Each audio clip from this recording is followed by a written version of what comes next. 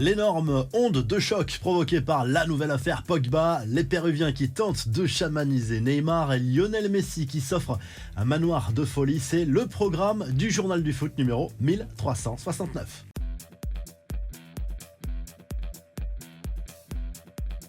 Paul Pogba, encore et toujours dans la tourmente, l'agence antidopage italienne vient de suspendre l'international français à titre provisoire après un contrôle positif à la testostérone lors d'un match face à l'Udinese en début de saison en Serie A. Concrètement, c'est un produit qui est interdit par l'agence mondiale antidopage car il permet de mieux récupérer sur le plan physique, d'améliorer globalement la forme et la masse musculaire. Concrètement, il y aura un deuxième test et s'il est positif à nouveau, Pogba risque jusqu'à 4 ans de suspension. Cela signifierait clairement l'arrêt de sa carrière de footballeur. Alors dans l'état actuel des choses, il faut rester bien sûr prudent, mais clairement Pogba a accumulé les pépins ces 18 derniers mois entre ses blessures à répétition, l'affaire avec son frère Mathias et maintenant cette affaire de dopage à la testostérone. La Juve, elle aussi, se permettrait visiblement de sanctionner le joueur financièrement et pourrait même aller jusqu'à la rupture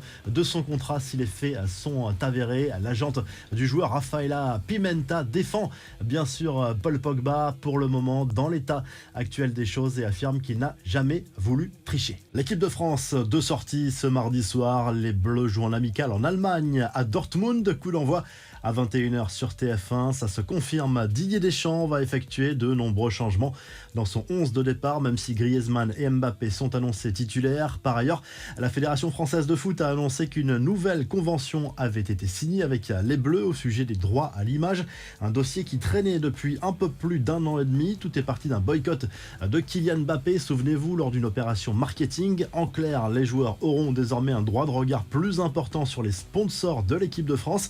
Et pour clôturer cette page équipe de France, sachez que les espoirs tricolores de Thierry Henry se sont baladés en Slovénie, victoire 4-0 dans le cadre des éliminatoires de l'Euro 2025 avec un doublé du néo-parisien Barcola notamment. Allez, on passe aux infos. En bref, le programme complet des affiches de ce mardi pour le compte des qualifs de l'Euro 2024. Attention, danger pour l'Italie, sous pression avant de recevoir l'Ukraine à Milan. L'Espagne reçoit Chypre. Les Suédois doivent s'imposer à domicile devant l'Autriche. Ciao ciao Marco Verratti, le milieu de terrain italien, met fin à son aventure parisienne. Il est arrivé à Doha dans la nuit de lundi à mardi pour s'engager en faveur d'Al Arabi au Qatar. Montant du transfert 45 à 50 millions d'euros. Un moment important pour le championnat français ce mardi avec le lancement officiel de l'appel d'offres des droits télé de la Ligue 1 et de la Ligue 2 pour la période 2024-2029. Objectif annoncé, aller chercher le milliard d'euros de droits télé globaux. Canal+ devrait bien jouer l'un des rôles principaux dans cet appel d'offres. Prime Video, beIN Sport, DAZN et Apple TV sont aussi sur le coup. Les Péruviens prêts à tout pour arrêter Neymar. La Seleção ira défier les Péruviens la nuit prochaine dans le cadre des éliminatoires du Mondial 2024. Scène insolite, plusieurs chamans se sont livrés à des rituels sur la pelouse pour tenter de neutraliser Neymar.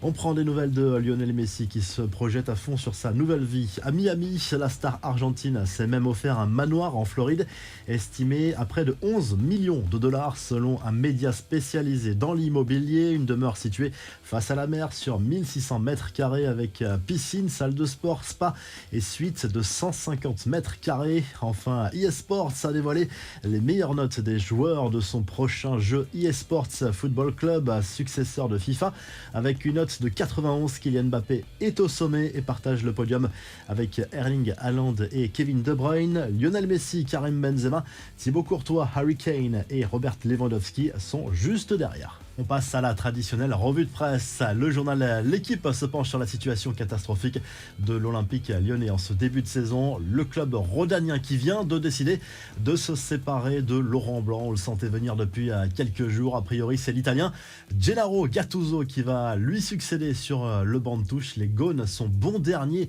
après 4 journées de Ligue 1. En Espagne, le Mundo Deportivo se penche sur 2 dossiers du mercato suivi de près par le FC à Barcelone. Les pistes Dani Olmo et Bernardo Silva, mais tous les deux ont prolongé récemment leur contrat avec leurs clubs respectifs, le RB Leipzig et Manchester City, mais visiblement des clauses spéciales auraient été incluses pour favoriser leur départ en 2024, peut-être vers le club catalan pour un chèque de 60 millions d'euros pour chacun des deux joueurs. Et du côté du Portugal, le journal O Jogo salue le carton historique des joueurs de Roberto Martinez, la sélection portugaise qui a écrasé le Luxembourg 9-0 dans le cadre des éliminatoires de l'Euro 2024. Le sans faute se poursuit pour les Portugais dans ces éliminatoires et le Parisien Gonçalo Ramos a notamment inscrit un doublé. Si le journal du foot vous a plu, n'oubliez pas de liker et de vous abonner et on se retrouve